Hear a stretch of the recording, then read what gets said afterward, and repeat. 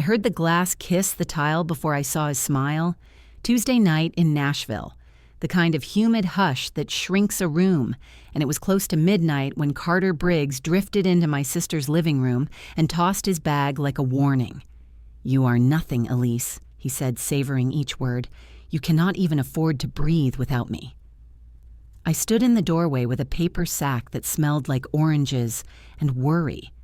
Elise was barefoot on the rug shoulders, tight, a purple shadow swelling under one eye. She had stopped answering my messages 3 days ago, and every hour since had been a drum in my chest. "Visiting hours are over," Carter said without looking at me. "Run along and let a man manage his home." Home did not match what I felt in that room. The air carried the sour trace of spilled beer, cold coffee, and panic. Lily's crayons were scattered across the table like a map someone had tried to read in a storm. Elise lifted her chin and kept her eyes low. "He cut off my debit card," she whispered. "My paycheck goes into his account now. He will not let me buy groceries." Carter smiled at the wall, pleased with the echo of himself. "I own you," he said. "Without my money, you are trash." He picked up a cup, turned it once in his hand, and dropped it at her feet. The sound was small and sharp, and it felt like a period at the end of a sentence I did not agree to read. "He only uses the money for bets," Elise said, voice thin. $12,000 this month. I am scared. Carter did not deny it.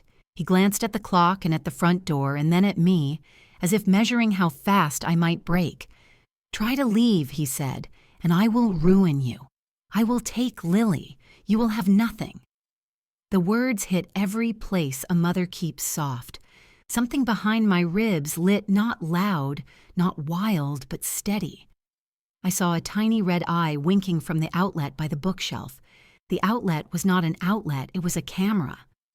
I looked at Elise. She followed my gaze and shook her head once. "He watches when he's at work," she breathed. "He calls when I stand too long by the door. Please do not call the police. He told them last time I make things up. He made them laugh at me." I moved to her side and felt the quiver in her shoulder. "If he thinks you are nothing," I said, "then we will show him who is nothing." Carter chuckled like a man watching a child lift a heavy box. "That line works better in movies," he said. I let him talk. I looked at Elise's arm. Finger marks ringed her wrist like a faded bracelet. "I am a forensic accountant. I follow what people try to hide. Money has a way of leaving footprints even when the person wearing the shoes thinks he is floating." I saw the story written in her bank statements in tiny transfers that looked like crumbs in weekend spikes that lined up with games. The numbers were loud even if she was not. "We are almost the same," Elise whispered. "Same height, same hair, same eyes if mine were not so tired. He will hurt you if you stand where I stand." The thought was already formed in me, but now it clicked into place like a key, finding the right lock. "I will stand where you stand," I said. "I will be you." Carter's smile slipped.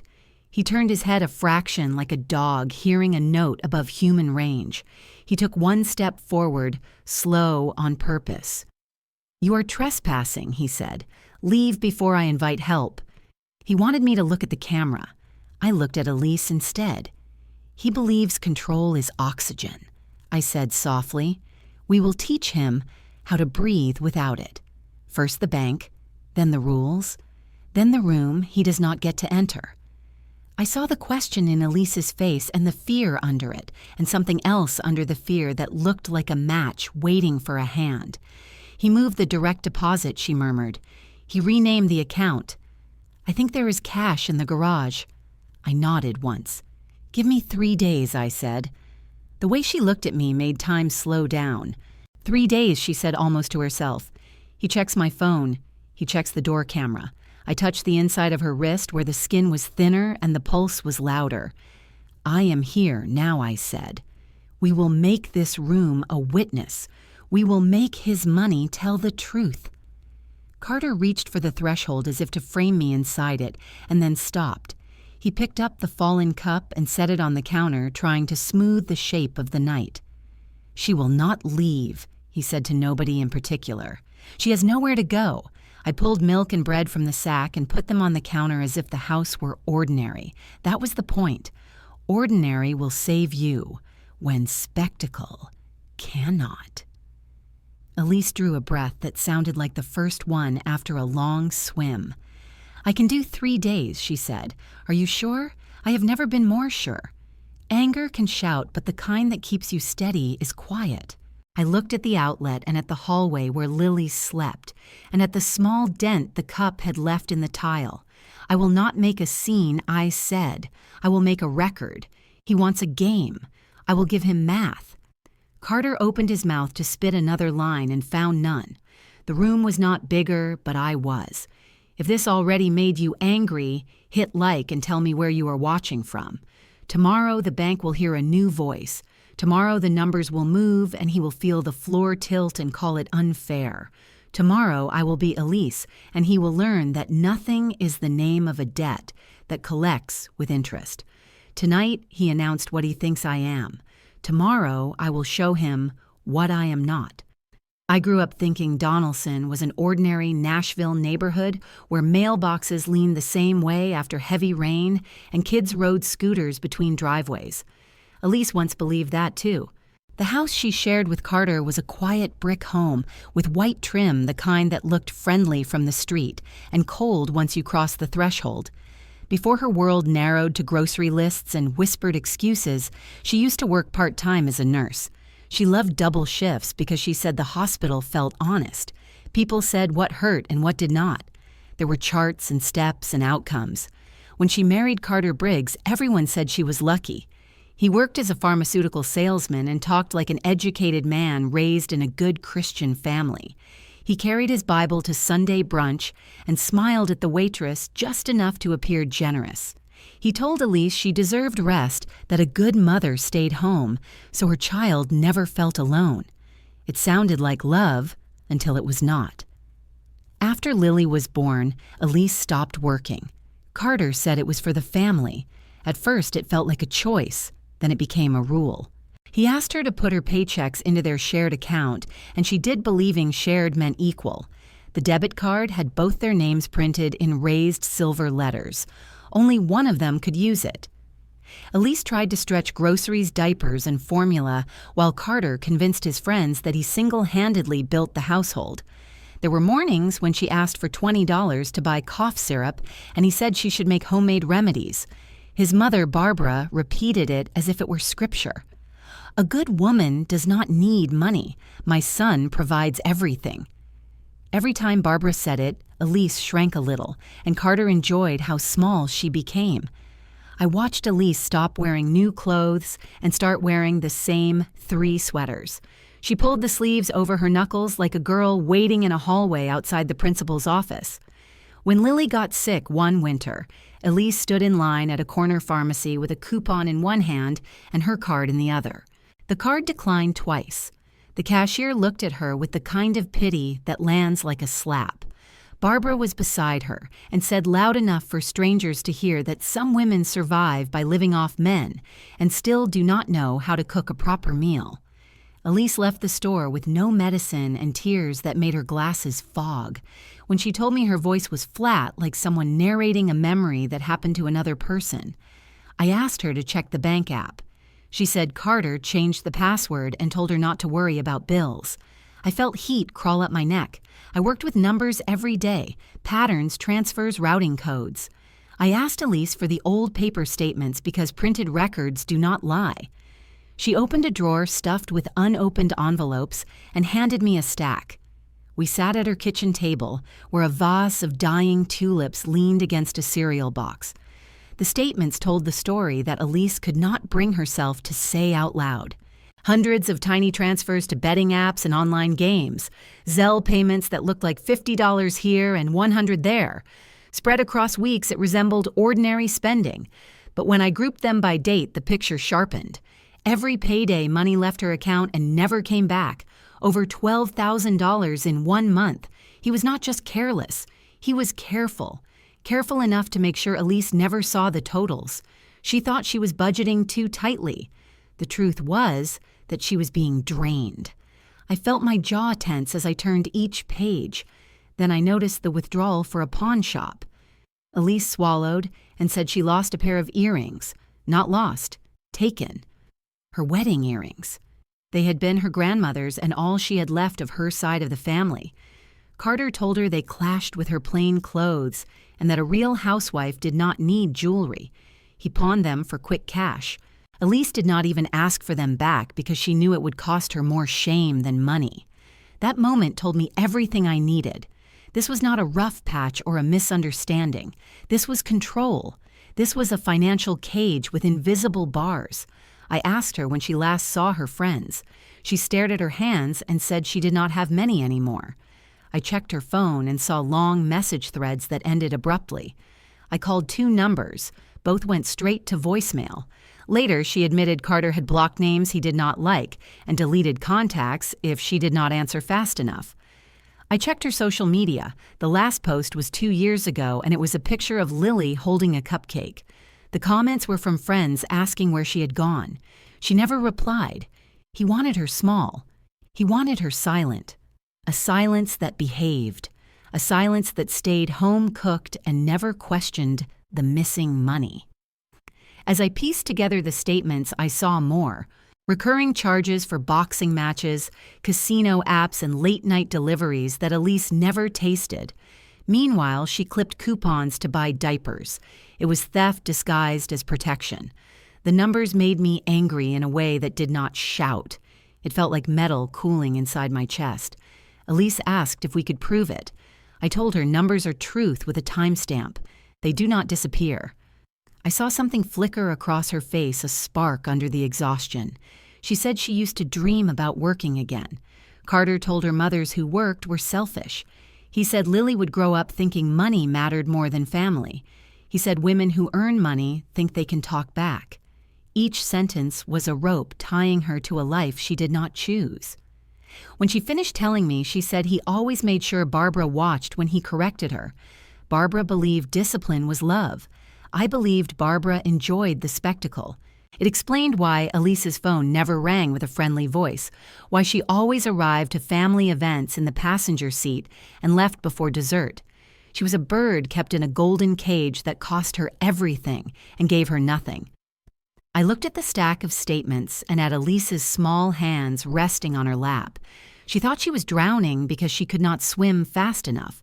The truth was that someone kept pushing her underwater. If you have ever seen a woman shrink herself to survive, you know the shape of this pain. It is quiet, and it is familiar, and it is unfair.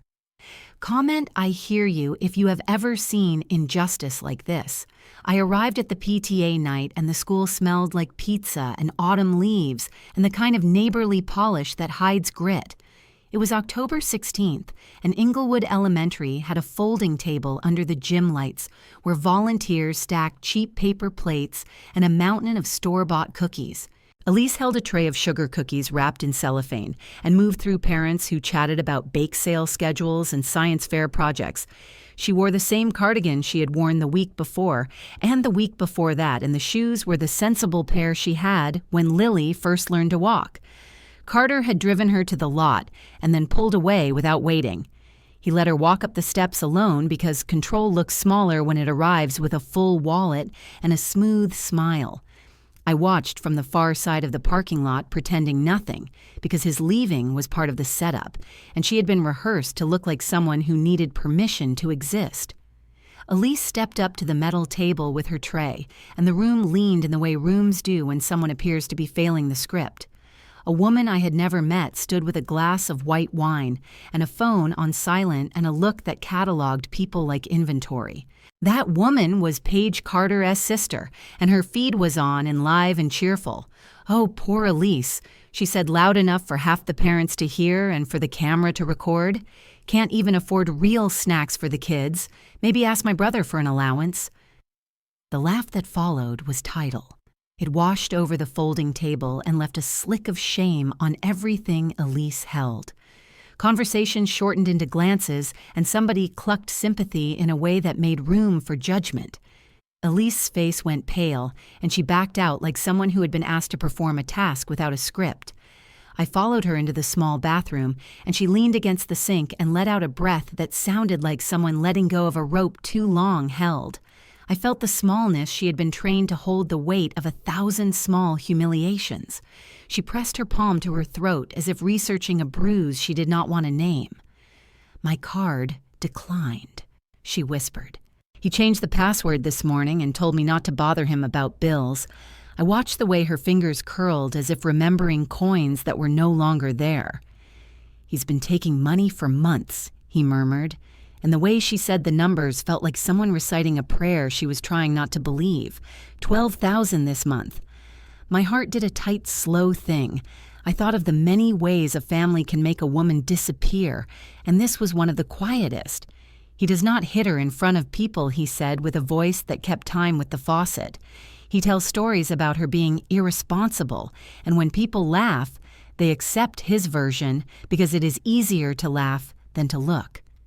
Elise peeked around the stall and saw Paige by the credenza, grinning into her phone, and then she bowed her head and cried, without making a sound, because the sound would have been news, and the news would have been Carter-esque headline. Her tears were small and private, and they wrote the truth on her cheeks anyway.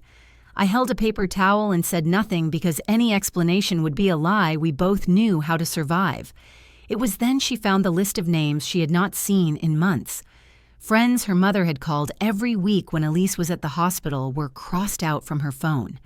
Texts from women who loved her dropped into silence like someone had folded an old cloth and put it in a drawer.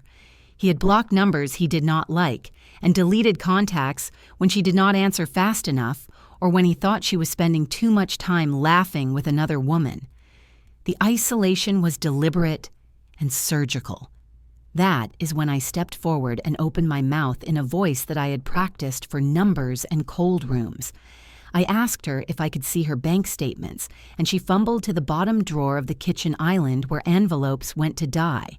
She handed them to me like someone giving away a private injury, and I sat at the cafeteria table with the lamplight slanting across the paper.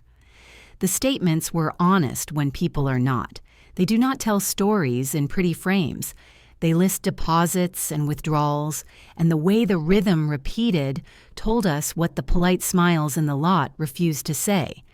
Paycheck and deposit, same date every 2 weeks, money out to strange payees in the night, deposits to golf pockets and betting apps, quick slips of cash to people with handles, Zelle transfers with names that meant nothing until you line them up like evidence. There were 34 tiny transactions that masked habits, and one immediate withdrawal for a pawn shop that made my stomach go cold. Elise's wedding earrings, the ones her grandmother left her, were gone. Pawned.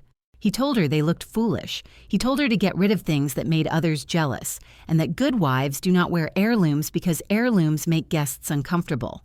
He said it like education. She had not asked for them back because her asking required anger, and anger required oxygen, and she had been taught to hold her breath. I put my finger on dates and traced the pattern.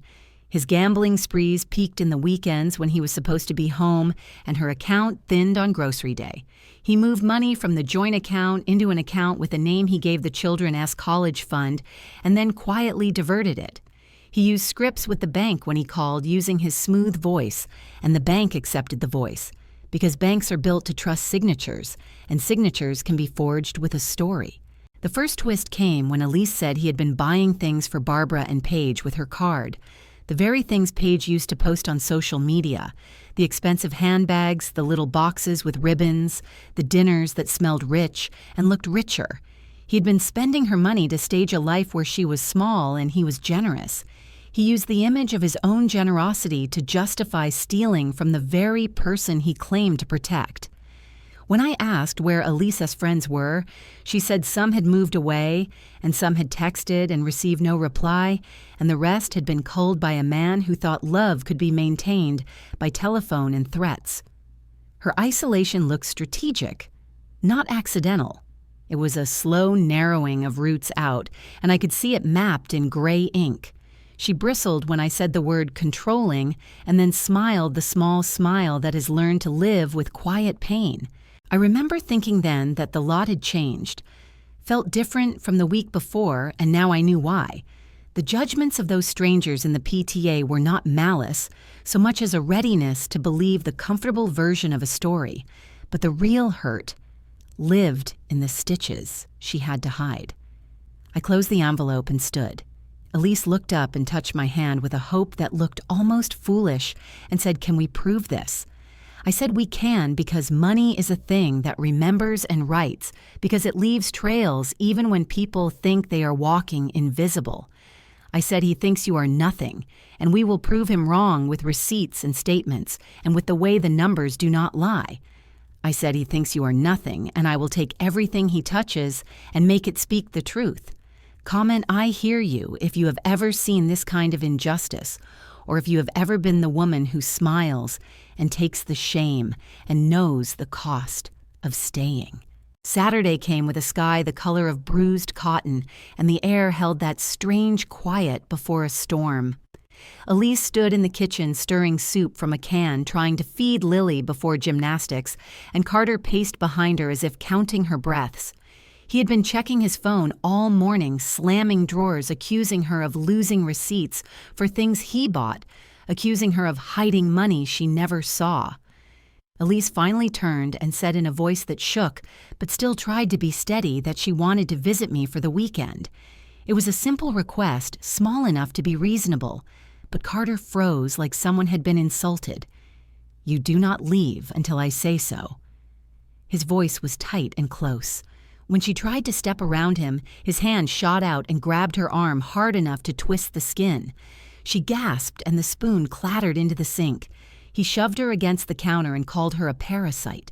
Then he slapped her, not with rage, but with calculation, the kind of slap that says, "Look what I can do and look what you cannot stop." Barbara walked in, holding her coffee cup, and watched without blinking. She sipped once and said, "Men get heated, it is normal," and then added that Elise should apologize for upsetting him when he had already had a long week. Elise pressed her palm to her cheek and whispered that she did nothing wrong, and Barbara rolled her eyes and told her to stop being dramatic. Paige appeared in the doorway with her phone raised like a witness that had chosen a side. She recorded Elise's tears and said, "Poor little princess crying again. Maybe she wants attention for the camera." The video captured Elise trying to protect her face, Lily crying in the living room, and Carter shouting that he provided everything while she provided nothing. Then Paige added dramatic trash and laughed a short, sharp laugh that sounded like a fork scratching glass. Elise tried to move past them and grab Lily's coat, but Carter blocked the hall. The air turned still, and I could almost hear the shape of Elise's fear. Then he stepped closer and said, if she ever left without permission, he would take Lily and make sure no judge listened to a woman who could not control her emotions. He told her she looked unstable. He said people would believe him because he had a good job and she had nothing. The threat landed like a trap door opening under her feet. Elise picked up her phone with trembling fingers and tried to call me, but Carter snatched it away. He told her she was lucky he had not pressed charges for her being a disrespectful wife. She whispered that a wife is not a prisoner. That was all it took. He shoved her into the pantry and slammed the door. Lily screamed and pounded on it until Barbara scooped her up and said, "Mommy is being dramatic. Do not worry." After a few minutes, he opened the pantry and told Elise she should be grateful he did not do worse because next time, nobody would save her. He walked outside to smoke, and Paige stayed inside, filming parts of Elise's shaking hands, adding small whispers to her followers about how Elise had a breakdown over nothing. That was when Elise found the landline under a pile of magazines and called me. I drove fast and quiet, and when I walked through the front door, Elise was curled on the rug holding Lily, who was trying to wipe tears off her cheeks. Carter stood over them with a smile that looked rehearsed. I said her name, and the moment he heard my voice, his face changed. The mask dropped, and something feral looked out. He pointed at Elise and told me she tried to scratch him, tried to storm out of the house, tried to hurt the child. He made his voice loud enough for the neighbors to hear. Then he turned and walked outside.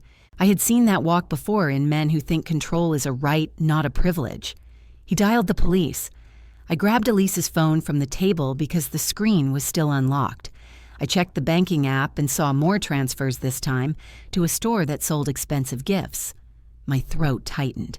When the police arrived, Carter ran to them and said Elise was unstable and needed intervention. He told them she was having a mental episode and might harm the child. His words were smooth and practiced. He gestured at the pantry door, said she locked herself in and needed help. One officer stepped toward Elise and she shrank, knowing what might happen if she raised her voice. That was how Carter had prepared the stage.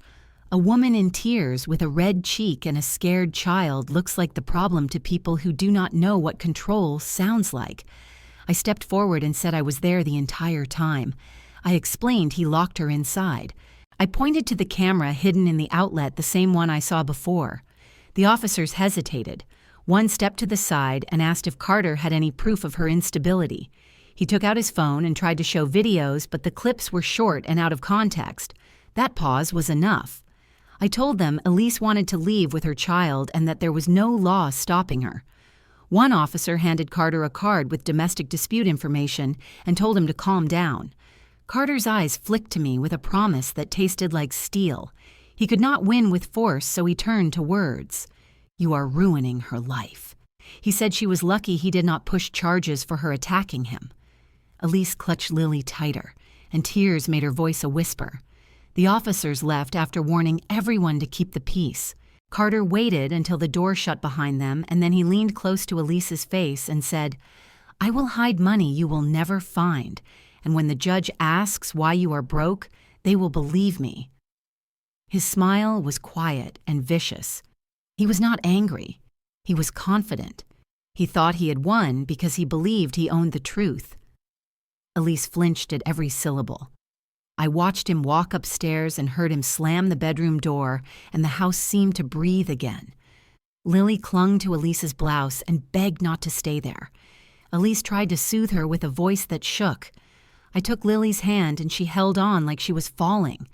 Elise whispered that she had bills to pay but had no access to her own money. She said if she left, Carter would take everything. She was a woman trapped in a room decorated like a home. A cage lined with paint and carpet is still a cage. I told Elise she was not alone. I asked her again for the printouts of the past 3 months. We huddled on the carpet and I saw the pattern deepen. He had transferred money the night before into an account with a name that made no sense. It looked like a college savings plan, but the routing number sent the funds somewhere else. He stole her paycheck while she worked nights and changed diapers and wore the same clothes and heard the same insults. His abuse had grown louder and braver, and the world kept pretending it was silence. I said we could fix it. She looked at me with a mix of fear and disbelief. Her voice cracked when she said, "I do not think I am allowed to win." I said, "You are." I said he believes control is love and he is wrong. I said control is the oldest trick in a toxic family. Elise wiped her eyes and nodded once. Something in her face sharpened. She was not ready to fight, but she was ready to listen. That was enough. Carter thought he had scared her into silence. He was wrong about that too. The night before everything changed came on quietly, the way storms sometimes move through Tennessee without thunder. It was Sunday, and the temperature had dropped just enough to make the wind feel sharp. Elise had finished folding laundry, and Lily was playing with crayons on the living room floor. Carter was in the kitchen scrolling through his phone, the blue light washing over his face. Barbara sat on the couch pretending to read a magazine, but really waiting for an excuse to comment on something Elise had not done. Paige lounged near the window with her phone pointed at Elise like a spectator in an arena. When Elise stood up and said she wanted to take Lily outside for some air, Carter snapped before the sentence finished. No, not without me. Elise said she only wanted to walk down the porch steps. Carter stood and shoved the door open, then gestured for Elise to go outside. The gesture looked polite until the lock snapped. Elise stepped onto the porch and turned as the door clicked shut. She tried the knob, but it did not move. She tapped the glass and asked Carter to let her in, because Lily was still inside. He stood on the other side and smirked. He said, "You wanted air ticket." Lily's small voice carried through the wood. "Mommy, do not leave me." Elise pressed her forehead to the door and promised she was right there. Her fingers shook as she gripped the handle. Barbara got up and turned off the living room lights, plunging the house into darkness. From the outside, Elise could see only faint shapes. She knocked again, softly, then harder. Paige raised her phone and filmed Elise shivering in the chill. Paige whispered something to her followers about breakdowns and attention-seeking. Elise begged to come inside. No one answered. Minutes passed that felt like hours. The cold crept through her sweater and into her bones. Every breath turned into a small cloud. From where I stood near the edge of the driveway, hidden in the dark, I saw her wrap her arms around herself while the porch light flickered above her. Lily cried inside, and Carter's voice floated through the window telling her to go to bed because her mother was being dramatic. Elise crouched down and hugged her knees. The humiliation was not loud, but it was deep. It was the kind that breaks something quiet inside a person. I walked toward the house, and she saw me in the porch light. Her lips parted, but no sound came out. I stepped up onto the porch and asked her if she was hurt. She shook her head and whispered that she was just cold. She did not have a jacket because it had all happened so fast. She said she did not want to make Lily more scared by yelling. She was protecting her daughter even while she was left outside like a stray. I knocked on the door, and Carter appeared, his face a mask of bored annoyance. He said Elise was taking time to cool down. I saw Paige behind him still filming. Barbara sat in the shadows with her arms crossed. I asked him to open the door so Elise could be with her child. He rolled his eyes and said this was a family matter. His voice was calm in the way abusers sound when they know nobody can stop them. I said I was calling the police if he did not open it. He smirked and said he would tell them Elise had attacked him, that she had lost control, that she had locked herself out in a fit. He said the neighbors would back him because everyone knew she was not stable. He wanted me to believe it was pointless to try. Elise leaned against the railing, trembling. Her eyes looked glassy with exhaustion. She whispered that she was tired of fighting. She said maybe it would be easier to let life happen to her. That sentence cut deeper than anything Carter had said. Sometimes defeat sounds like acceptance. I crouched next to her and took her hand. Lily called out again, and the sound of her small voice cracked the night open. I told Elise she did not have to stay in this house to be a mother. I told her that being trapped was not love, it was a sentence. Carter tapped the door window and flashed his wedding ring like a badge. He said if we called police, he would tell them Elise abandoned her child. That was when I realized he believed he had already won. He thought humiliation would keep her soft. He thought exhaustion would keep her silent. Elise closed her eyes and a tear slid down her cheek. She said maybe he was right. Maybe she was nothing. I felt something shift inside me, not anger, but clarity. I leaned close so only she could hear. Tonight, he ended Elise. Tomorrow I begin. She looked at me confused. I pointed to the bruises on her arm, the thin red line from his grip. I reminded her we were nearly identical. Same height, same build, same hair, same eyes. If he wanted a fragile woman to control, he would not get that tomorrow. She blinked as the meaning settled in. She whispered it back. Tomorrow you begin. I stood and knocked louder, demanded he open the door. When he refused, I pulled my phone and called a friend who lived nearby, someone who would open her door without questions. Elise wrapped her arms around herself and walked with me each step, small, as if the ground might fall away. The porch lights faded behind us. She did not look back. We drove to my apartment in East Nashville, a small place with yellow walls and a couch Lily loved to bounce on. Elise sat at the table holding a cup of warm tea, while Lily curled against her and fell asleep. Elise stared at the window and said she did not know who she was anymore. I said she would soon. She said she could not go back alone. I said she would not. The plan formed between us in silence. I would take her place in that house. I would wear her sweater, pull my hair back the way she did, speak softly, undo my posture move with the quiet she had learned. He would think he was speaking to Elise. He would not know he was giving me time. I would move through his rooms and his lies and his hidden accounts. I would find the money he thought was invisible. Elise looked at me like she was seeing a door she had forgotten existed. I told her to rest. I told her that tomorrow I would roll the dice he believed he controlled. That night, she slept on my couch with her daughter in her arms, and for the first time in a long time, there was no fear in her breathing. Tomorrow, I begin. I stepped into the kitchen wearing Elise's cardigan and carrying the small posture she had learned from months of being minimized. The house smelled like coffee gone cold and the faint blue wash of a television left on for background approval. I moved through the rooms like an actor entering a set, matching her gestures, copying the tilt of her head when she smiled and the way she tucked hair behind her ear. Barbara looked up at the table and said, "Milk is low. Go get groceries. Use Carter S card," as if she were reading scripture, not issuing an order. Paige was already on her phone, her fingers quick and sure, and she lifted the camera to find a face that would perform for her followers. Carter stood with a grin that belonged to men who think charm and ownership are the same thing. I answered softly, "Yes, of course," which sounded like Elise. So he relaxed and did not see the small hinge move in my hands. He patted his pockets to find his wallet and flashed the casual generosity he used to keep the room obedient in the pantry. I found a hidden stack of receipts stuffed behind cheap cereal boxes, the kind of hiding places men choose when they want the world to think they are honest. I sat at the table with a borrowed calm and opened Elise's banking app, which I had reset using her email and the secret notes she kept, because the truth lives in the little things people do not throw away. 2-factor authentication. Blinked, then folded, because we had prepared for method and truth has a way of surrendering to preparation.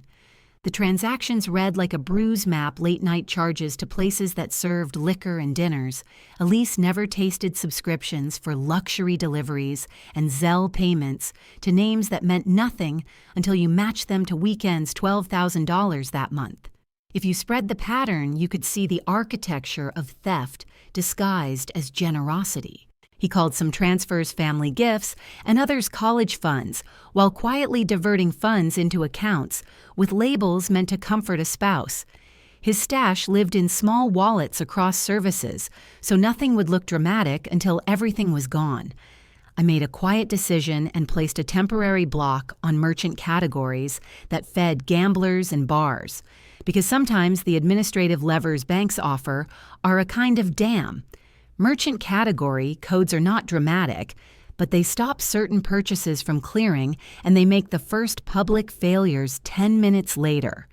Carter and a friend walked down the street to a liquor store and watched as the terminal declined his face, lost the practiced smoothness of entitlement, and the friend laughed too loudly and moved away.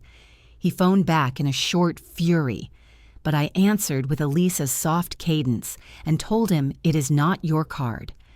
The house took a breath because a line had been crossed and he did not understand it yet. He stepped toward me with accusation and meant to teach a lesson, and I stopped his hand mid-air the way a hinge catches a door, and his palm hovered in the space where power becomes action. For the first time, his posture betrayed him, and Paige made a comment about her brother E.S. temper that sounded like a warning. I had already switched credentials, changed passwords, and within an hour I had locked down the little app where he hid his balance $12,400, where he thought he would always bury his losses. When he checked and saw the stash gone, he swore, and his mouth formed frantic words that were not strong, only raw and panicked. Elise had watched him for years, pretending not to see, and now she watched him begin to fray, and the sight shifted something in her face from fear toward a question Paige whispered to her followers. "She's finally growing teeth," and the phrase landed in the room like a strange applause that tasted bitter. Neighbors who once nodded politely now looked at Carter as if a machine had malfunctioned, and sometimes human machines break into pieces in public. I called Naomi and left a message about an emergency consult and then sent a short email to a lawyer I trusted asking for a same-day meeting for protective orders, an evidence preservation that move felt small and legal. and it was the quiet armor you put on before a storm. Carter tried to produce his receipts and organize his story as if paper could make truth pliable. He lifted a pile of documents and spread them as though that would knit his narrative back together. And he told a version of a careless wife who mismanaged money while he provided. He wanted the room to believe he was organized and fair. I had expected his receipts, and I had photocopied the critical pages and hidden them in the glove box of Elise's old car, in case he tried to burn or bury them. He raised his voice and called me out like a scapegoat, and then said, "I will hide money you will never find," as if it were a prophecy. The sentence proved arrogance and fear at once, because men who need to control money fear exposure above all. At that point, Elise's face shifted and she did not laugh with him. She looked at me, and the look was equal parts permission and plea. I answered her with a steady look that said the quiet plan had teeth and would bite back by noon. Carter had missed another charge, and by afternoon his friends heard the half story. And the bruise of shame widened the day had turned, and the household that ran on his rules now hummed with a new possibility, one where control could be challenged by paper code and preparedness. I had already set up small steps that would sting publicly, and I watched the slow unraveling begin. He tried to buy drinks at a bar, and the machine refused, and a few witnesses saw the small humiliation. And sometimes that is the start of accountability. Small victories are not catharsis, but they are the first signs that a narrative may change. Elise sat closer to me, and for the first time in months, she did not look entirely broken. She looked like someone remembering that she could ask for more than crumbs. Paige scoffed and muttered about social media, but her camera had recorded more than she intended, and the footage would speak. Later, the house had new tension because a line had been drawn, a quiet legal line, and the room learned that control could be met with calm and evidence and the hum of a lawyeress appointment on the horizon.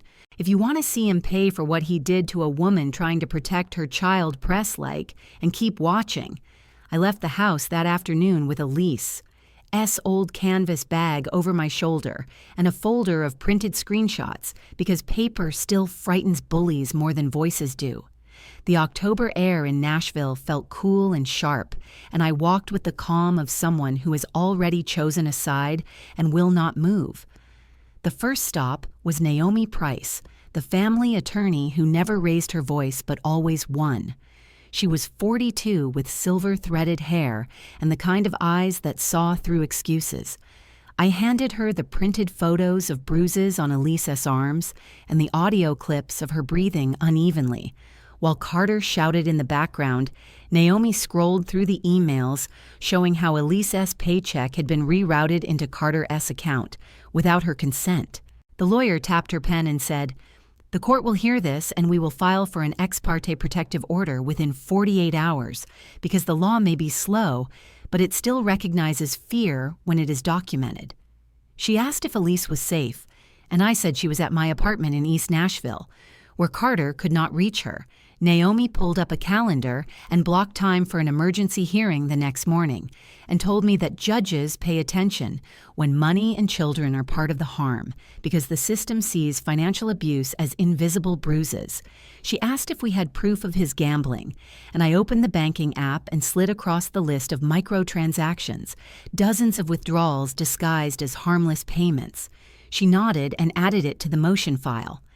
I left her office with a plan tucked neatly into my mind because quiet revenge works best when the steps are small and inevitable. Outside the courthouse, I dialed Elise's bank and asked for assistance with suspicious activity. The representative walked through security questions and then transferred to a fraud department that handled sportsbook transactions. When I provided screenshots of the repeated gambling charges in Elise's name, the agent initiated a temporary freeze pending risk and AML review. Carter's gambling wallet would be locked for 7 to 10 business days, and the funds would sit in limbo, where he could not touch them. It was not dramatic, but money that cannot move becomes humiliation. That does. I imagined his face at the bar trying to show dominance and watching a cashier shake her head at his declined card. The small sting would spread like cracks through his confidence. I returned to the house before dark and found Barbara in the kitchen complaining loudly that she had not received her usual bulk groceries.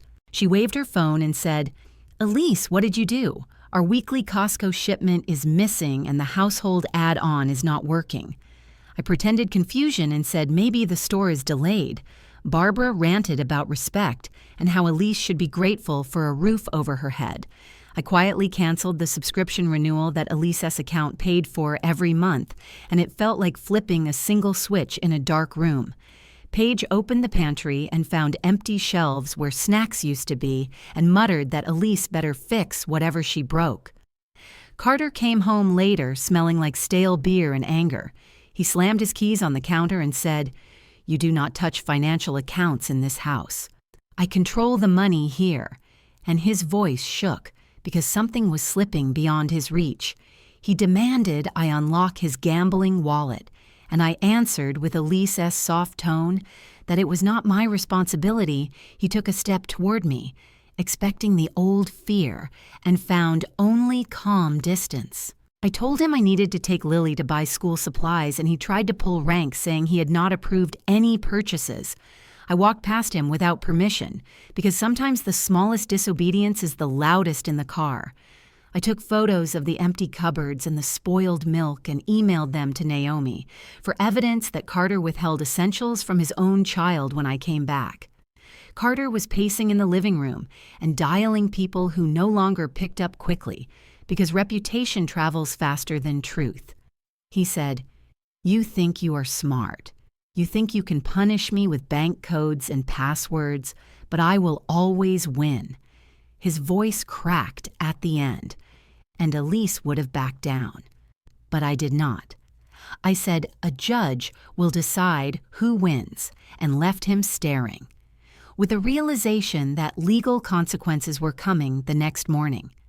Naomi filed the petition with the court and attached the evidence packet, and I spent the afternoon watching Carter unravel. He tried to buy flowers for Barbara using Elise's card, and the clerk handed the card back with a bored apology. He marched out of the store, red-faced, and Paige filmed it secretly because chaos entertains her audience when he went to his favorite bar. His friends asked why he suddenly used cash and whispered about debt, and rumors formed like smoke. Barbara confronted me asking if I had tampered with deliveries because her wine subscription also failed. I reminded her that Elise handled finances, and maybe Carter should ask himself where the money had gone. Barbara slapped her palm on the counter and shouted, "You owe us respect," and I answered quietly, "Respect is earned, not demanded." I could feel the house shifting from a kingdom of control to a fragile pile of secrets. Even Paige stopped laughing as often because the comments under her videos asked why her family treated Elise like property. That evening, I contacted the HR department at the hospital where Elise used to work and requested a copy of her employment termination file. It stated that Elise resigned voluntarily due to pressure at home, which strengthened our case, that Carter isolated her. I forwarded it to Naomi, and she replied with one sentence, "Good, this will matter later," when Carter tried to order a late-night delivery. The restaurant canceled because the card was flagged for review, and he threw a glass at the wall shards, scattered like punctuation marks in a sentence he did not control anymore. I watched without moving, and he pointed at me declaring, "You do not control money here."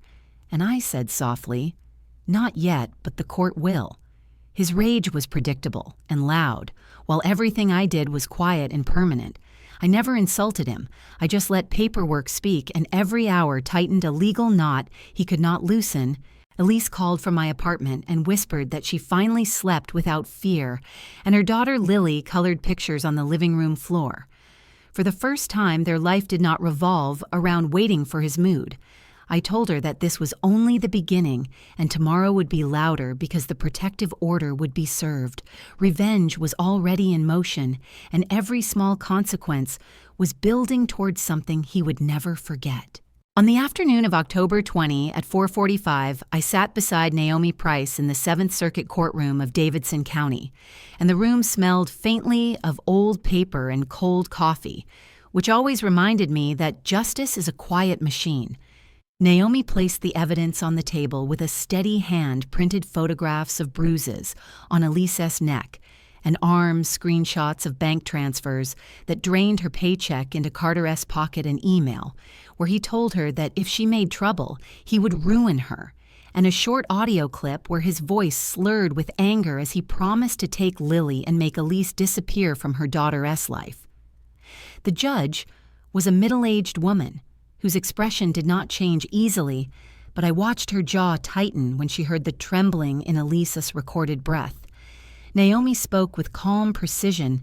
She described financial control, emotional harm, and the documented pattern of threats. She asked for an ex parte protective order and temporary custody of Lily because the risk was immediate and real. The judge tapped a pen once, twice, and signed with a stroke that sounded louder than it should have. A legal door opened in 1 second, and every bruise, every bank record, every threat finally mattered. Naomi slid the stamped order into her folder and whispered that service would happen within hours and that deputies would not wait when a child was involved. We stepped out of the courthouse and the air felt lighter. Not because the war was over, but because someone with authority finally believed Elise at sunset. We drove to Shelby Park, where Lily's soccer practice was already in motion. Children kicked neon green balls across the field. Parents sat in folding chairs, and Elise waited at the edge of the grass, disguised as me, though her shoulders curved differently than before. She still moved as if the world might collapse, but there was a spark of something that looked like beginning. Carter arrived unannounced.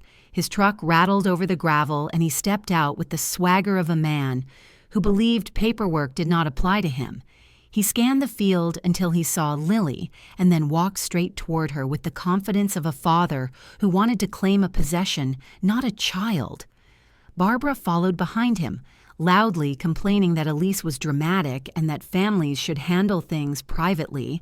Paige trailed them, both holding her phone high, ready to turn someone else's pain into entertainment for her followers. Elise froze and whispered my name, but I touched her shoulder and told her to breathe. The deputies were waiting just out of sight near the concession stand.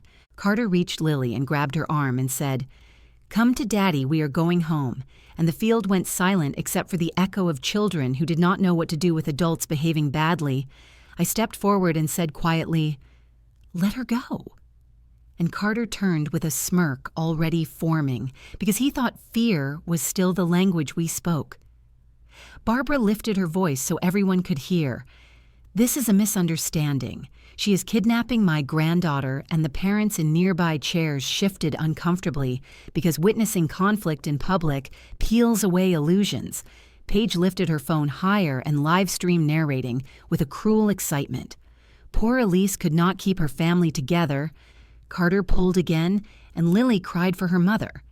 That sound was small, but powerful. And I saw two fathers near the goal, stand up instinctively, like they might intervene. That was the moment the deputies stepped forward, one in uniform, one in plain clothes. The plainclothes deputy read from the court order in a calm, steady voice. "Carter Briggs, you are hereby served under an ex parte protective order, which restricts contact with Elise and Lily. You are required to remain a minimum distance of 300 feet from both until further ruling." Carter blinked like the world had suddenly shifted beneath him, and parents on the sidelines watched their eyes, wide whispers rising in low waves. Barbara shouted again, "This is harassment. Somebody stop them." Paige screamed that the deputies were wrong and that her brother loved his family and that Elise was crazy, and everyone would see the truth on her live stream, but the deputy kept reading, ignoring the noise. And when Carter tried to take another step toward Lily, the uniformed deputy placed a hand on his shoulder and said, "You need to back up, sir." And there was no negotiation in that tone. It was the first time Carter heard a voice he could not bully the children, stared with round, uncertain faces. One asked a coach why the man was yelling, and the coach put a hand on the boy's shoulder and said, "When adults do not behave kindly, the law steps in to protect kids." Barbara tried to grab Lily next, and the plainclothes deputy held a hand in front of her chest. As a warning, Elise stood on shaky legs, but something in her eyes shifted.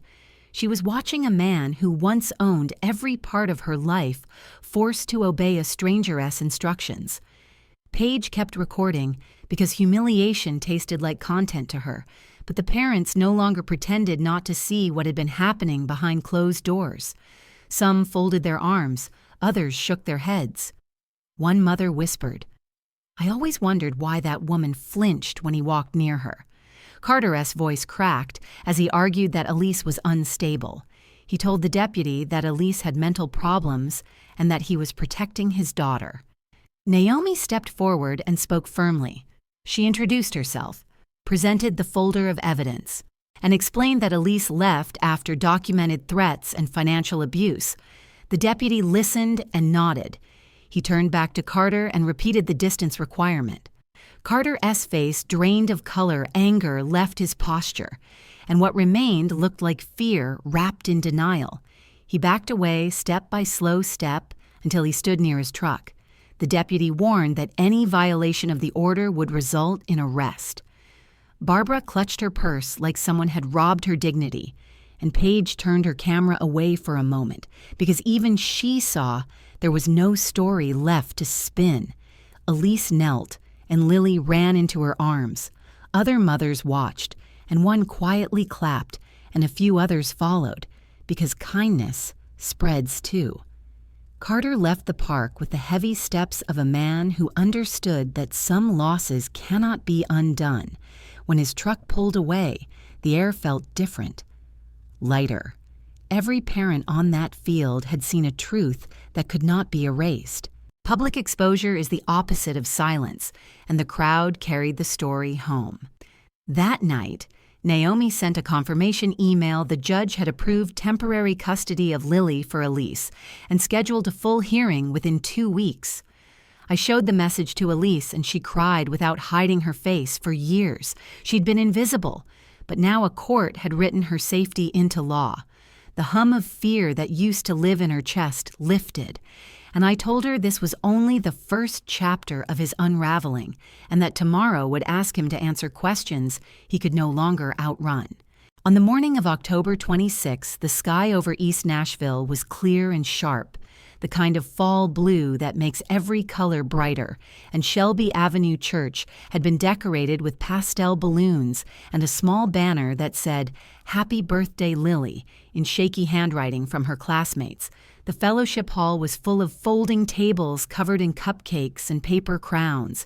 Parents chatted, children ran in circles, and for the first time in months, Elise stood in a room without shrinking her shoulders. She wore a soft yellow dress that did not hide the fading bruises, but she did not try to hide anything anymore. I stood near the projector with a flash drive in my pocket, and Naomi leaned against the wall checking her watch. The deputies assigned to the protective order waited outside in unmarked cars because we knew Carter rules were only suggestions for a man who believed ownership and love were the same thing. Lily carried a paper cup of juice and told everyone that she was 6 years old today and that Mommy said birthdays were new beginnings. Parents smiled and nodded, but behind every smile was curiosity because rumors travel faster than truth. Eventually, the pastor asked everyone to gather for the slideshow. Birthday songs played softly, and the projector screen lit up with pictures of Lily learning to ride a bike, painting messy flowers, and sleeping with her stuffed bear. Elise smiled with shy pride as everyone clapped. Then the door to the hall opened. A gust of cold air came in, and Carter stepped inside, wearing a forced grin that trembled at the edges. Barbara and Paige followed close behind him, as if they were an audience ready to reclaim a stage. Carter lifted his arms like a conquering husband, surprising his family. He ignored the deputies stationed outside because he believed he was untouchable. Elise froze, and Lily clung to her waist. Naomi moved in front of them and spoke calmly, reminding Carter of the protective order telling him he needed to leave. But Carter did not listen. He spoke in a voice meant for everyone in the room, announcing that he was there to see his daughter and that no judge could keep a father away. Barbara chimed in loudly that Elise was unstable and that the community should know the truth. Paige lifted her phone and began recording, hoping to spin a new story where they were victims. I walked toward the projector, plugged in the flash drive, and in a clear voice asked everyone to watch for just a moment. The room went quiet except for a few whispers, and the first clip appeared on the screen. It showed Carter in the living room with a drink in his hand, pointing at Elise and saying, "You are nothing, you have no life without me, you are lucky I keep you here." The sentence echoed across the fellowship hall and a few parents gasped. One mother covered her mouth. The second clip played without pause, Carter slurring, laughing, bragging to a friend on speaker that he would hide money. Elise would never find that she would be crawling on her knees by Christmas, that she was too stupid to check his apps. The words were ugly and heavy, but the third clip was worse. The room saw Carter lift his hand to strike Elise and only stop because Lily screamed. Parents looked away. Some stared in disbelief. A few older women wiped tears because cruelty is louder when it is exposed in public. Barbara turned white and tried to shout that the video was edited. Paige demanded that someone turn it off. Carter lunged toward the projector like he could strangle the truth with his hands. But the deputies stepped inside, calm and certain. They asked Carter to put his hands where they could see them. Carter shouted that they had no right, that this was his church and his family, that Elise was mentally unfit, that everyone there was being manipulated. But the law does not bend for a man who believes the world is his property. The deputies informed him that he had violated the protective order and that he was under arrest. Carter tried to pull away. Then Peter from the church reached for Lily so Elise could hold her, and the room filled with murmurs because the mask Carter had worn for years had shattered in front of everyone. The deputies placed cuffs on his wrists, and the metal clicked loud enough to silence the last of his excuses. Barbara begged them to release him, insisting that Elise was destroying their family. But the parents of Lily's classmates stood like a wall. No one stepped forward to defend him because everyone had seen what he did with their own eyes. Paige lowered her phone, slowly realizing that her audience was watching her brother being exposed as a bully and a coward. The deputies led Carter toward the door, and for the first time he looked small. Not because of the handcuffs, but because every lie he told had died in that room. Elise held Lily, trembling but unbroken. I saw her breathe deeper, as if relief had finally reached her lungs. The pastor placed a gentle hand on her shoulder and said that some ruins are worth walking away from a mother from Lily's class. Hugged Elise and whispered that she was brave. Another offered to organize a meal train, so Elise would not feel alone. The community that once watched in silence now stood beside her, and that was the quiet victory she never thought she would have. Lily asked if the birthday slideshow could continue, and Elise nodded, so the projector showed more pictures of cupcakes and messy hair and bright mornings. The celebration resumed, awkward at first, then slowly warm again. Carter's absence made space for joy when the cake was cut. Children cheered. Elise laughed through tears. I stepped outside for fresh air and saw the patrol car drive away. Carter sat in the back looking straight ahead. Trapped in the first consequence, he could not escape. The sun was still bright. The world kept moving, but something in the air had changed. Elise was no longer invisible. The truth had spoken louder than him. If you think this moment is quiet justice at its finest, comment quiet justice today. On the night of October 28 at 8:40, I sat across a long conference table inside the small meeting room of Naomi Price, and the fluorescent lights hummed with the kind of steady sound that makes every word sharper than it should be. Carter sat on one side with a swollen ego that had begun to collapse. Barbara sat next to him clutching her purse, like someone might steal her last scrap of dignity, and Paige tapped her glitter-covered phone with bored annoyance, as if this was only an inconvenience and not the beginning of their public downfall. Naomi placed a thick folder in front of them, and I opened it to reveal every receipt and every fact they thought Elise was too weak to collect. I pushed the first page's forward bank statements that showed hundreds of small transfers into gambling apps, late-night withdrawals from shared accounts, and overdraft fees racking up while Elise struggled to buy groceries for Lily. Carter scoffed and said every marriage has money issues, but his voice shook and his eyes darted around the room because excuses were starting to run out.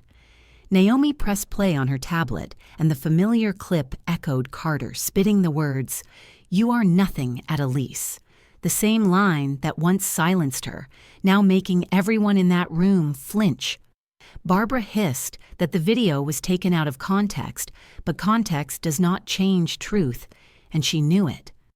I placed the printed screenshots of his messages where he bragged about hiding money and laughed about Elise not being able to track anything. Then the receipts from the pawn shop listing Elise wedding earrings. Barbara looked away as if the shame in black ink might burn through her skin. Naomi turned to the next page and presented the stash of $12,400 Carter believed was hidden forever money. He moved through small transfers and gaming accounts. But I had locked it down and changed every password, so the stash sat frozen under Elise control, and Carter exhaled like someone punched his lungs. I watched his jaw tighten. He still thought this was a negotiation, but it was not. This was a verdict. Naomi slid a sheet across the table. The settlement proposal typed in clean lines, $3,000 per month in child support, $7,500 in legal fees owed directly to Elise counsel. Supervised visitation only, and no contact with Elise outside of scheduled court communication. Carter slammed his hand on the table and shouted that he would never pay, because Elise did not deserve it. But the room stayed calm. Naomi folded her hands and explained that refusal meant a criminal case for violation of the protective order, violation of financial fraud, and probable jail time. Paige rolled her eyes and called Elise dramatic trash, who ruined everything. I set my phone on the table. Opened the email draft. Paige once sent to Lily's school, pretending to be Elise, claiming Elise was mentally unstable and unfit to pick up her daughter. The principal had forwarded the message to Elise with concern because the writing style did not match her previous forms. Paige's face drained of color. She stuttered and tried to spin a lie, but Naomi already had the metadata and the IP address. Barbara whispered that this was a family matter and begged us to stop humiliating them. But humiliation was only the shadow of their own actions. I reached into the folder again and placed a small black jewelry box on the table. Carter frowned until he saw the Cartier logo, and then his face turned ghostly pale. The diamond ring he had gifted his mistress on her birthday paid for with Elise's card. The receipt showed Elise's name, and I could hear Barbara whisper a prayer under her breath. I pushed the box toward Carter and said, "You bought this with her money, so return it to its owner." Carter tried to speak, but his voice cracked and nothing came out. Naomi wrote the ring value on the ledger and added it to restitution. Barbara leaned in and hissed, "You destroyed my family," and her eyes glistened like she believed she was the real victim. I stared back and said, "You did that yourselves, because you stood by and cheered every time he broke her, every time he controlled her money, every time Lily cried behind a locked door." Barbara looked down at her hands and stayed silent. Paige typed furious messages on her phone until Naomi reminded her that any threats or harassment would lead to another charge. The clock ticked, and the room felt heavy. Carter stared at the settlement draft. He asked if we would consider lowering the payments. He tried to call Elise weak. He tried to blame his gambling problems on stress. He said everyone makes mistakes. He looked around for sympathy and found none. Naomi explained that the judge had already reviewed the evidence and would almost certainly grant more severe penalties if this case went to trial. Carter wiped his face with shaking hands because for the first time he saw the cliff he had driven himself over. Barbara asked if supervised visitation meant she could still see Lily, and Naomi answered that only the court would decide. Paige whispered that this was ridiculous and tried to leave, but Naomi reminded her that walking out would not stop the process because the documents would be sent to the judge in the morning. Carter stared at the table for a long moment and finally signed the first page, then the second, then the third. Each signature, a surrender of control he thought he would always own. Barbara began to cry softly, accusing Elise of ripping the family apart. But I looked at her and said, "Elise did not destroy your family. She survived it." Carter finished signing and pushed the papers forward. The room went still. The settlement was official pending court confirmation. He would pay $3,000 a month. He would cover $7,500 in legal fees. His visits with Lily would be supervised, and any attempt to contact Elise directly would send him to jail. Carter stood slowly, his posture slumped, his ego shattered. Naomi collected the documents and placed them in her secure folder. Carter whispered that he hated Elise and that she would regret this. I leaned in and said she will not regret a single breath of freedom. The meeting ended. The deputies outside escorted Carter back to his car because he was still under the protective order. Barbara followed, blaming everyone but herself. Paige kicked a chair on her way out, angry that the world no longer applauded her cruelty. When the door closed behind them, Naomi turned to me and said, that was the quietest victory she had seen all year. A victory built not on rage but on receipts, the kind of justice that does not scream. It simply stands and watches the guilty sign their own consequences. After the signatures dried and the settlement became real, Carter discovered that the world outside that conference room was not waiting to save him. His polished image as a respectable pharmaceutical salesman cracked faster than he expected because news travels through workplaces at the speed of curiosity. His manager called him into a small office and asked if the videos circulating online were real. Carter denied everything, but the clips of him shouting, "You are nothing," at Elise had already been shared in a neighborhood group. The company fired him politely but firmly and escorted him out with a box of personal items. He spent 3 days pacing the living room of Barbara S. house before he finally swallowed enough pride to sign up as a driver for rideshare apps. The irony curled around him like smoke because he once bragged that he would never be the kind of man who chauffeured strangers. His first week behind the wheel was awkward silence and fake smiles, and he learned quickly that no one tips a driver who complains loudly about his ex-wife. The payments began a month later when the garnishment kicked in and the court clerk sent the automatic deduction order to the service platform. His phone buzzed with a message. Payment to T. Monroe processed, and that line ended any illusion he had about control. Every month, that SMS would appear, like a reminder that the consequences he once mocked were now strapped to his income. While he tried to rebuild his ego, one ride at a time, I focused on the small, quiet revenges that make everyday life feel balanced.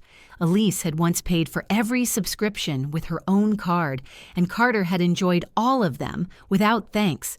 Streaming services, music apps, movie channels, every digital luxury belonged to him. Until I logged in as Elise and changed every password the next night, Carter sat down to watch his favorite baseball game, clicked on the sports channel, and stared at a shimmering notification that said, "Subscription owner has removed your access." He refreshed. He cursed. He searched for backdoors, but there were none. His songs crashed. Next. Playlists disappeared. Movies vanished. Music cut mid-chorus, and the silence in that house rang louder than any argument. Paige complained that her shows would not load, and Barbara insisted that Elise should restore everything because family shares things I knew they would call. So I sent a screenshot of the account page that read, "Account holder, Elise only," and did not answer the phone. When they called 5 times.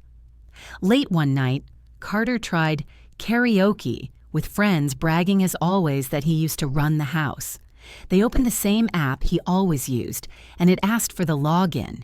He entered his old credentials, and the screen flashed wrong password. He tried again and again until the machine locked him out. His friends laughed, and he felt heat crawl up his neck. I had changed the playlist names, too. The file once titled Carter S Greatest Hits now read Elise Can Stand Without You, Small Moments, Small Stings. But they added up. Barbara faced her own fallout when the credit card company called about purchases, Paige made using Elise old card fancy handbags, salon appointments, online shopping at midnight. Every charge had been reversed, every refund pulled back, and the balance ballooned with late fees. Barbara shouted that Elise was cruel for letting the company chase her, and I reminded her that the debt belonged to the person who spent the money she threatened to sue, until Naomi directed her to reread the signed settlement, where every rule was written in clear sentences. Neighbors in Donaldson, who used to smile politely at Barbara, stopped waving. One mother crossed the street rather than talk to her. Paige lost followers on her social media when people discovered she had filmed Elise crying for entertainment. Betrayal family karma moves quietly, but it moves. Carter tried to convince his sister that everyone exaggerated what happened. He insisted Elise was dramatic, but the videos did not need interpretation. They spoke plainly. Even the church families avoided eye contact when Barbara walked in. With Paige, Elise did not celebrate their isolation, but she no longer trembled at the thought of their judgment. She took Lily to school without fear that someone would whisper behind her back. She watched movies peacefully at night. She held her head higher at the grocery store because the card in her hand belonged to her. The first garnishment text came again the next month. Payment to T. Monroe processed, and I smiled when I saw it.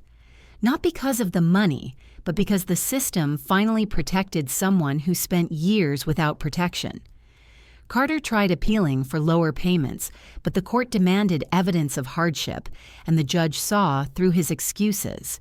He spent nights driving until his eyes burned, muttering that Elise had ruined his life. But blame is heavy, and eventually it crushes the person who carries it. Elise kept records of every payment organized in a neat folder, and each line felt like proof that truth outlives arrogance. Sometimes I imagine Carter opening his banking app only to watch money flow into an account he no longer controlled. I imagined him scrolling through the empty screens where his shows used to be. I imagined Barbara answering calls from collection agencies, and sometimes I laughed under my breath because justice does not always need a courtroom. Sometimes it arrives in small digital smacks across a man who once believed he was untouchable. Elise did not seek revenge with rage. She simply reclaimed everything that was hers, and the world watched as a bully discovered the cost of every choice he made. If you want a checklist to protect your finances from toxic people like that, comment receipts and I will send you every step we use to unbuild his power piece by piece. In December of 2025, Nashville was cold in the kind of quiet way that makes people drink more coffee and talk less, and Carter sent a message asking for a meeting. Naomi suggested Fido Coffee on 21st Avenue because it was public and well lit, and the protective order required controlled environments. We arrived early and found him already sitting at a corner table with a paper cup in his hands. He looked smaller than the man who once stomped through rooms and shouted orders. His jacket was wrinkled, his hair uncombed, and when he lifted his eyes, there was no bravado left, only exhaustion and fear. He started talking. Before we even sat down, he said, "I cannot survive like this. I need to see Lily. I will pay $1,200 a month. Please give me a chance." He leaned forward as if desperation could make his offer sound generous. Naomi sat back in her chair and let him speak until he ran out of rehearsed lines. I opened my own folder and placed a printed copy of the protective order on the table, then a copy of the settlement he signed without coercion, the same settlement that spelled out every rule he broke. I told him clearly that there was no negotiation and that the court had given him a simple structure: pay $3,000 every month without missing a single payment for 24 months, complete an anger management program and a certified gambling rehabilitation program, maintain supervised visitation only until the court lifted restrictions, and no contact with Elise except through legal channels. Carter rubbed his face and whispered that the payments were impossible, that the programs cost money, that he could not keep working as a driver forever. He whispered that he felt punished and that Elise was enjoying seeing him suffer. I reminded him that Elise had lived under his control for years and that consequences are not cruelty. They are the weight of truth. He said he never meant to hurt her. He said stress made him gamble, that everyone yells sometimes, that Elise was too sensitive. Naomi stayed silent until he finished, then explained that the judge already reviewed the evidence and believed Elise needed protection. Carter slammed his cup down and the coffee splashed onto the table. He hissed, "I want to see my daughter right now." Naomi opened a notebook and calmly said, "Any attempt to see Lily without court approval would violate the protective order and lead to arrest." Carter went pale, and the anger in his eyes flickered into panic. He said he misses Lily, that he dreams of her voice, that Christmas is coming and he needs his family back. I leaned closer and told him Elise is not his possession and Lily is not leverage. Love is proved by change, not by demands. Carter wiped his eyes angrily and said he knows Elise put me up to this, that I always hated him. I reminded him that I hated how he treated her, not who he pretended to be. He tried another tactic, lowering his voice, saying he forgave Elise for calling the police, as if forgiveness was a gift. Only he could give. Naomi slid the financial records toward him again and said the court will only consider modification after 2 full years of compliance. There are no shortcuts. He buried his face in his hands and cried openly. Loud, messy sobs that made other customers glance over, then quickly look away. He whispered that he was alone, that Barbara refused to talk about money, that Paige blamed him for ruining her social life, that employers Googled his name and stopped calling him back. He said life was unfair. I reminded him that Elise lived that exact sentence for years. While he told her she was ungrateful, he asked if Elise would ever forgive him, and I said forgiveness was a door he no longer had a key to. He begged again for reduced payments, offered to do chores, to volunteer to pray, as if the judge could be charmed by desperation. Naomi repeated the requirements in a voice that sounded like a final verdict: payment on time for 24 months, certified rehabilitation completion, 0 violations of the order, no direct contact with Elise. Carter whispered that he would die alone if this continued, and that the punishment was worse than the crime. I leaned forward and said the sentence he once threw at Elise with a smile: "You taught her she was nothing, and now you learn she is gone." His breath shook his eyes, filled again. He covered his face and cried until his shoulders trembled. There was a strange stillness in watching a man realize that his cruelty finally cost him everything. Not because we wanted him destroyed, but because he built this collapse with his own hands. After a long silence, he nodded, signed the attendance sheet for the first session of anger management, and agreed to the rehabilitation referral Naomi brought. He stood slowly and mumbled that maybe someday Lily would love him again. Naomi told him that children remember love, but they also remember fear, and his choices would define which memory lasted. He left the coffee shop alone, stepping out into December wind, pulling his jacket collar higher, as if the cold could hide him. The barista wiped the table where the coffee spilled, and Naomi closed her folder. She said that this was the part. No one sees the quiet crumble of a man who thought he could outrun truth. We walked out into the street where the sky was dark and the air smelled like rain. I looked up and breathed, knowing this was not vengeance, it was accountability. And accountability is the only language some men understand. When the settlement cleared and the court clerk filed the last confirmation, Elise received the official notice that the house in Donaldson was legally hers again, and the key that once felt like a cage now felt like a beginning.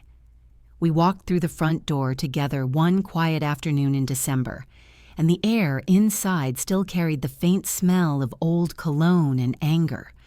But the rooms did not feel haunted anymore, because ownership changes the temperature of a home. Elise opened every window and let the cold Tennessee air sweep through the halls.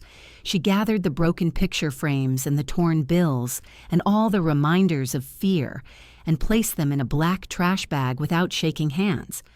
Later, she painted over the wall where Carter once slammed his fist, and Lily helped her choose a warm yellow color because she said yellow meant home.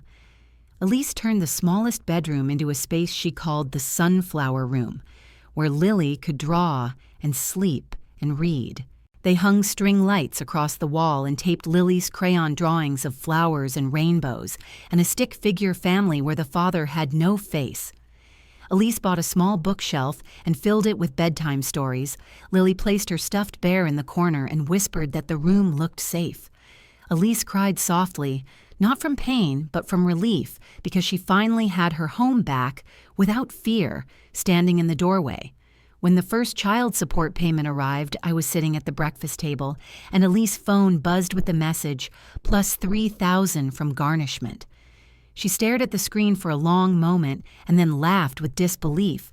Not because the money made her rich, but because it made her free. The payment was not revenge. It was acknowledgement from a system that once ignored her. Elise began saving for a used car, so she would never depend on anyone again to take Lily to school. She met with a financial counselor at the community center who taught her how to rebuild credit and open accounts in her own name. And she wrote every step into a notebook that she planned to share with other women at the shelter. Lily started whispering, "I love you, Mommy," when she fell asleep, and Elise stood in the doorway every night, watching her daughter breathe safely without tension in her little shoulders one afternoon. Lily hugged me tight and said, "Mommy is happy now because of you," and I felt something warm and heavy in my chest, because the truth was that Elise saved herself. I just stood beside her long enough for her to see the door out the settlement required Carter to stay away. And he did, at least publicly, maybe because he knew jail was the next step, or maybe because he finally understood that Elise was not a possession anymore. Sometimes Elise received the monthly automated message that confirmed the payment had processed, and she did not screenshot them or show them to friends. She simply nodded and tucked the phone away.